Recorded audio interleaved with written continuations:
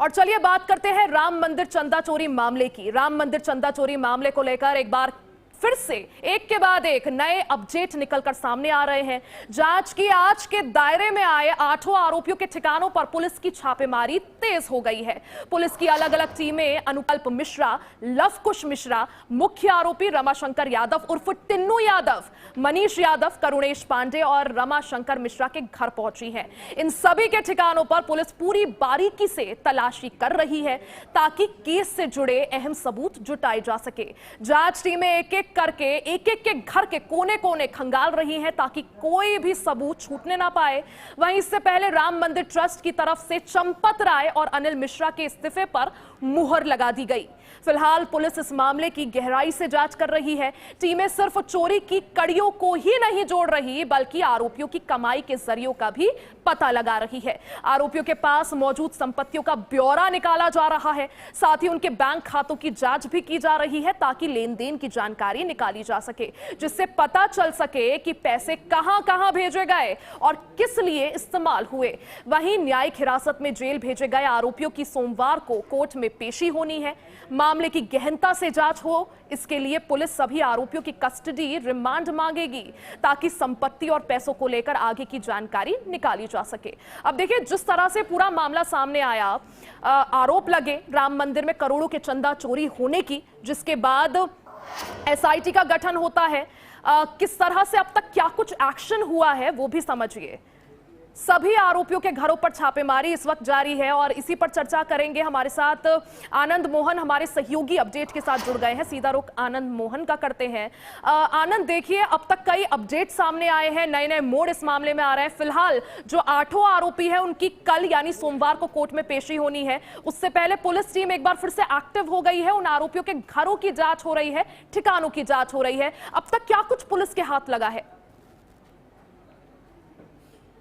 Police की जो जांच रिपोर्ट चल रही है उसमें सभी आरोपियों के रिश्तेदार हों या उनके पारिवारिक हों, सबके बैंक अकाउंट देखे जा रहे हैं, सबके ट्रांजैक्शन लिंक देखे जा रहे हैं। के सारे रिश्तेदारों के घर जा जाके पुलिस दे रही है कि ऐसा तो नहीं कि कहीं ना कहीं कुछ जो राम मंदिर जो चंदा है वो उनके यहाँ रखा हो, या जो भी टेस्टिंग है, जैसे उन्होंने अपना इस्तीफा दे दिया। उन्होंने आज ये कहा है कि जो भक्तों का चंदा है वो सेफ है। यदि भक्तों का चंदा सेफ है तो इतना बड़ा चोरी का मामला कहाँ से आ गया? और जो भी इसमें दोषी पाए जा रहे हैं उनके रिश्तेदारों के, उनके परिवारजनों के, उनके संबंधियों के सबके बैंक अकाउंट और उनके यहाँ पुलिस की छापेमारी लगातार जारी है। जी बिल्कुल आनंद, देखिए, जैसा आपने कहा कि पुलिस की जांच लगातार जारी है, फिलहाल ठिकानों पर छापेमारी हो रही है। क्या समझा जाए, क्योंकि जो एफआईआर है उसमें इन्हीं 8 आरोपियों का नाम शामिल है। आगे चलकर हो सकता है कि क्या जो अन्य बड़े पदाधिकारी हैं उनके भी नाम एफआईआर में हो, उन पर भी गाज गिरे? देखिए, बिल्कुल ये तो निश्चित ही है कि इतनी बड़े चोरी में सिर्फ 8 ही लोग नहीं सम्मिलित होंगे, क्योंकि भगवान श्री राम जन्मभूमि से जो गल्ला होता है, गल्ले से ले जाने में बहुत तमाम प्रक्रियाएं होती हैं। इन प्रक्रियाओं में 8 लोगों का होना ही एक मतलब कह सकते हैं कि इम्पॉसिबल नहीं है, और इसमें तमाम बड़े नाम भी आ सकते हैं। लेकिन एसआईटी की दूसरी रिपोर्ट आने का इंतजार हो रहा है कि जब वो दूसरी रिपोर्ट आएगी तो उसके बाद हो सकता है कि तमाम नए खुलासे सामने आ सकते हैं। लेकिन तब तक के लिए एसआईटी की दूसरी रिपोर्ट पे ही सबकी आंखें टिकी हुई हैं कि एसआईटी की जो दूसरी रिपोर्ट आएगी उसमें क्या खुलासे होंगे, ये सभी देखने के लिए बैठे हुए हैं। और ये निश्चित कहा जा सकता है कि इसमें और भी लोगों के नाम होना सम्मिलित बिल्कुल निश्चित है। आनंद, क्योंकि जिन 8 आरोपियों की गिरफ्तारी हुई है उसमें कुछ ऐसे नाम भी हैं, जैसे टिन्नू यादव हो गया, जो कि चंपत राय के बेहद करीबी माने जाते हैं।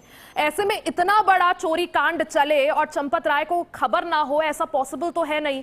कल इन सभी आरोपियों की कोर्ट में पेशी होनी है। पुलिस की क्या तैयारी है? कितने दिनों की रिमांड मांगी जा सकती है? कल अदालत में क्या कुछ होने वाला है?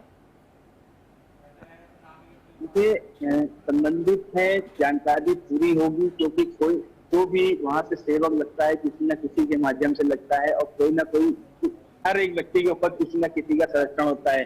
और इतना बड़ा ये मामला है कि जन्मीन है कि किसी न किसी का तो हाथ है ही है इनके ऊपर। लेकिन बात यह है कि हमारे ऊपर ही भार है तो दूसरे का नाम अभी छिपा हुआ है। लेकिन एसआईटी जांच और पुलिस की कार्रवाई में बड़े बड़े दिग्गजों के नाम आना इसमें स्वाभाविक है। भले ही चंपत राय जी ने आज इस्तीफा दे दिया हो, ट्रस्टी ने इस्तीफा दे दिया हो, लेकिन कहीं ना कहीं किसी न किसी पदाधिकारी के, किसी न किसी नामित व्यक्ति का नाम इसमें आना निश्चित है। यदि यानी उस पर फिलहाल जो राजनीति नहीं इंतजार होती है आनंद, वो इसी चीज का है कि कब एसआईटी की दूसरी रिपोर्ट सामने आती है, उसमें क्या कुछ और लोगों के नाम शामिल होते हैं, क्या उन पर जो है उसके बाद एक्शन होता है। बहुत बहुत शुक्रिया तमाम जानकारी के लिए। तो देखिए, ये वो 8 आरोपी जिनके नाम टीवी स्क्रीन पर हैं, ये वही 8 लोग हैं जिनको एसआईटी ने संदिग्ध माना था। इसके बाद राम मंदिर तीर्थ क्षेत्र ट्रस्ट की तरफ से ही एफआईआर दर्ज करवाई गई। अब इन सभी की गिरफ्तारी हो चुकी है, कल इनको न्यायालय में पेश किया जाएगा। राम मंदिर चंदा चोरी मामले में रोजाना नए खुलासे हो रहे हैं। अब पुलिस का एक्शन और ज्यादा तेज हो गया है इन 8